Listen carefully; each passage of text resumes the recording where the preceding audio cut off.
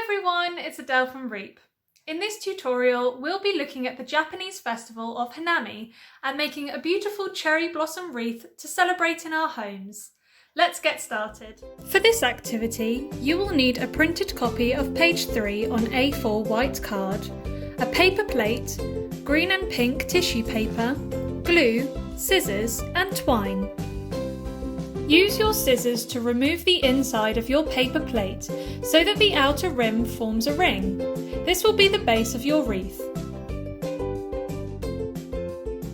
Cut and stick pieces of your green tissue paper onto the wreath shape until it is completely covered. Now cut out the blossom templates on page 3. You don't have to use all of them if you don't want to. Decorate the blossom pieces with ripped up bits of pink tissue paper. If you are using 2 shades of pink, make the centre of the blossoms darker than the outside to make them look more realistic, just like I'm doing here.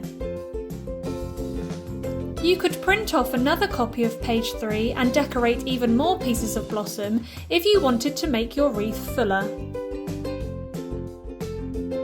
Once you've finished decorating all of your blossom pieces, stick them around your green wreath so that they are spaced equally. Tie a length of twine at the top of your finished wreath so that you can hang it on display on a door or a window for everyone to enjoy. I hope you have lots of fun learning about Hanami and making a beautiful cherry blossom wreath. Make sure to share your creations with REEP by tagging us on Instagram and Facebook. Bye!